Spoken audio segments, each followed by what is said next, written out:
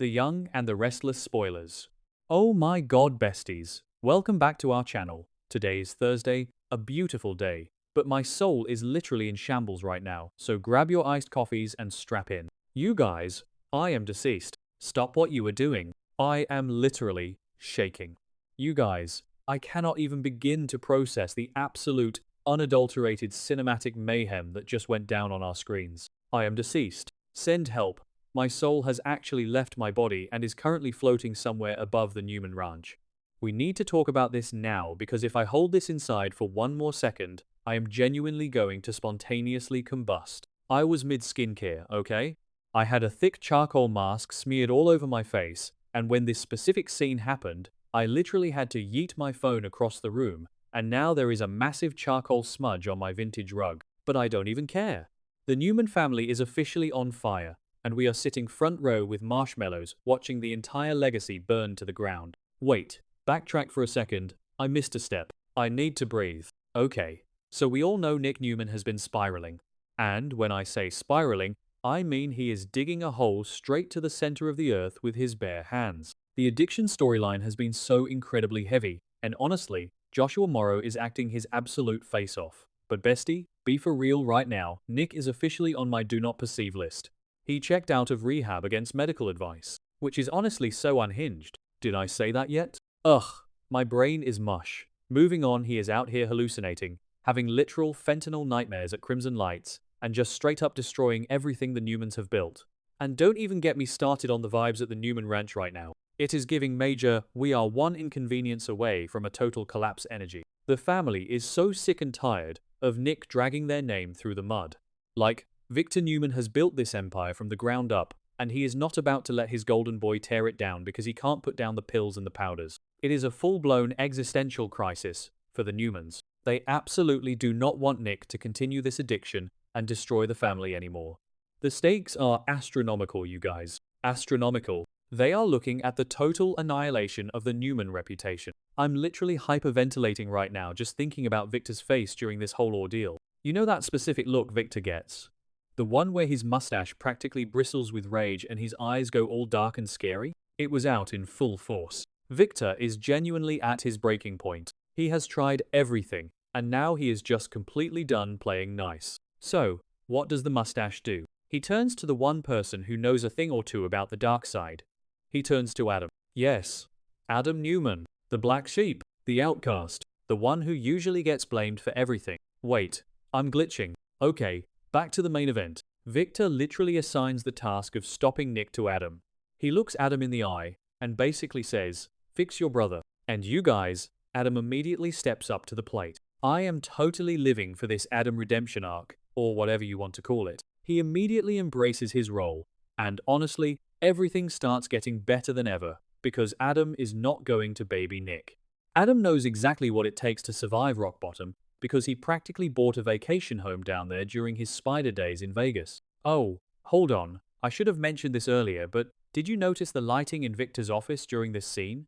It was so moody and dark, like a literal Renaissance painting of a family falling apart. The shadows were casting these crazy lines across Adam's face, making him look half hero, half villain, which is basically his entire brand. It was an aesthetic masterpiece. Anyway, snapping back to the tea, the dynamic here is so rich.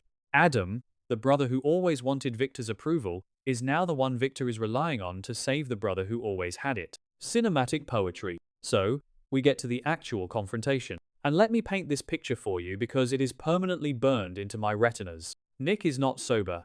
He is completely, totally, unequivocally high out of his mind. He is still drowning in his addiction, and he cannot recognize anything or anyone. He is in this manic, delusional state, probably still hallucinating Matt Clark, or whatever demons are currently haunting his brain. He is pacing, he is sweating, he is a complete and utter mess.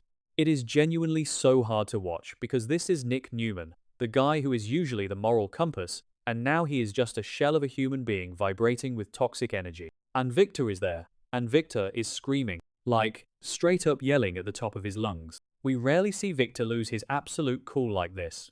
Usually, he's all quiet, intimidation, and muttering threats into his scotch glass. But no, today he is bellowing. He is gowthetting. He is so furious at what Nick has become, at the weakness, at the destruction of the family name.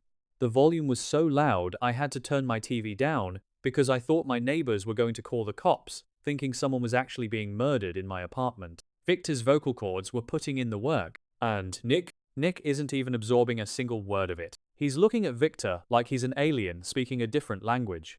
The drugs have completely hijacked his brain. He's just staring, completely disconnected from reality, probably hearing static in his ears. It's genuinely terrifying to watch someone so lost. He is twitching and looking around like he doesn't even know what room he is in. But then, oh my god, you guys, then it happens.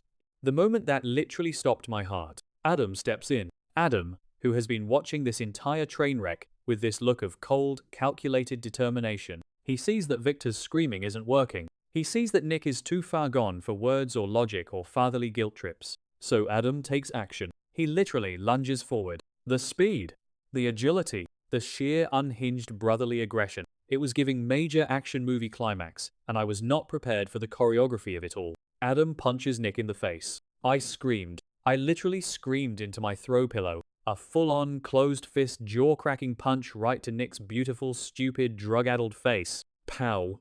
Right in the kisser. The sound effect was so loud, it sounded like a baseball bat hitting a watermelon. I am not okay. I am physically vibrating from the audacity. Adam did not hold back. He put his entire body weight into that swing because he knew he had to physically shock Nick out of whatever drug-induced dimension he was currently floating in.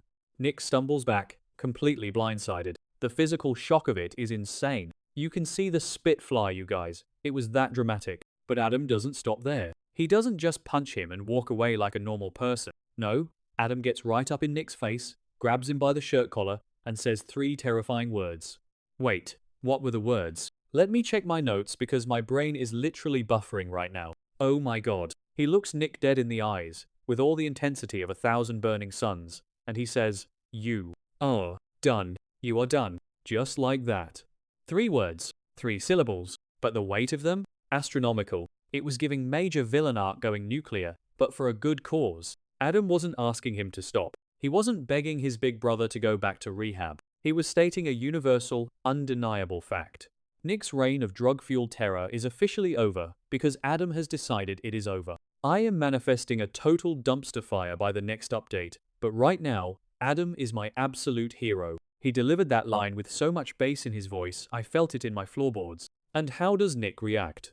Does he fall to his knees and thank his brother for the tough love intervention? Does he suddenly see the light and realize the error of his ways? Nope. Bestie, Nick is still high. The punch didn't knock the drugs out of his system, it just knocked the absolute rage into it. Nick is furious. He is so incredibly angry after taking that punch.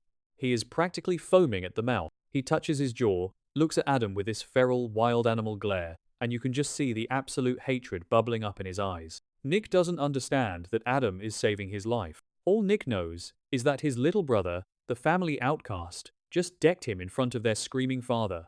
The betrayal, the disrespect. Nick is practically frothing at the mouth, ready to tear Adam apart limb from limb. The tension in that room was so thick you could cut it with a chainsaw. It is the most messy, unfiltered, emotional train wreck I have ever witnessed on daytime television. I am clutching my chest. I am unwell.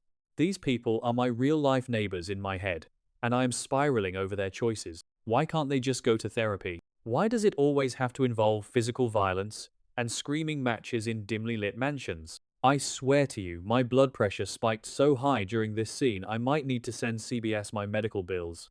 I am calling it right now. This is going to escalate so badly. Nick is going to retaliate. Adam is going to have to go full spider mode to keep him in line and physically restrain him. Victor is probably going to have a heart attack from the stress of watching his 2 grown sons beat each other to a pulp.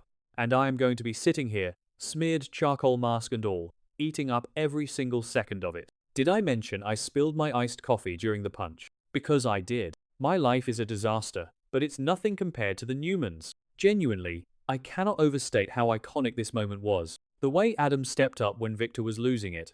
The way Nick's addiction has completely erased the golden boy we used to know. They are officially on my do not perceive unless they are fighting list. I am so done, but I am also so invested. I need the next episode, like I need oxygen. I need to see if Nick swings back. I need to see if Adam locks him in a basement to detox. I need all the tea.